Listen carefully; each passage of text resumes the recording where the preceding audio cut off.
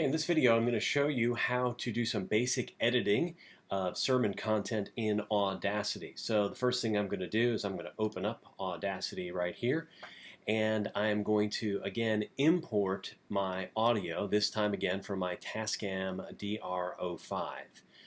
So I'm going to go up here to File, Import, Audio, and this project is this one right here that I just recorded, so I'm going to click on that. I'm going to click Open, and again, I want to make a copy of the files before editing. Boom. This will take a little bit longer for if you've recorded an entire worship service or even just the sermon a little bit more. It's going to be a bigger file, and you'll have to do a little bit more scrolling to be able to see the whole thing. But this will give us a basic idea. If I just click right up here, and before the sermon that I want, it's going to play for me, and right here is the stuff before the sermon. Okay, this is all the stuff that's happening before the sermon that I want to get rid of, and I'll leave a little bit of space here. All right, I just clicked my space bar to stop that, but let's start there. Again. Here. Now, here is where the sermon starts. Okay, if that were an actual sermon, the sermon would actually be starting there. But that right there, that point is the beginning of the sermon. And I want my audio cast that I'm going to put on the website to just start right there without a lot of other stuff before it.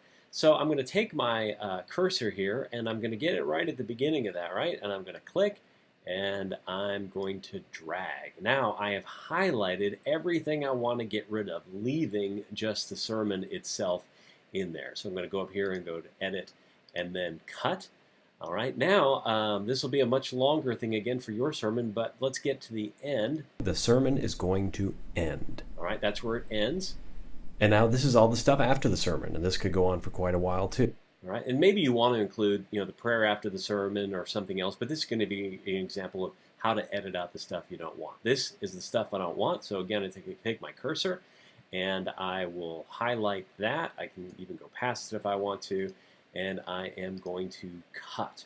Right, so now all I have, if I click up here again to play. Now, here is where the sermon starts. And depending on your preaching style or your pastor's preaching style, this might go on for 10, 12, 14, 20, 25, 30, 35 minutes. I don't know. And then at some point, the sermon is going to end. All right, so there I've got it. So I want to hit, make sure I've hit stop if it doesn't stop automatically.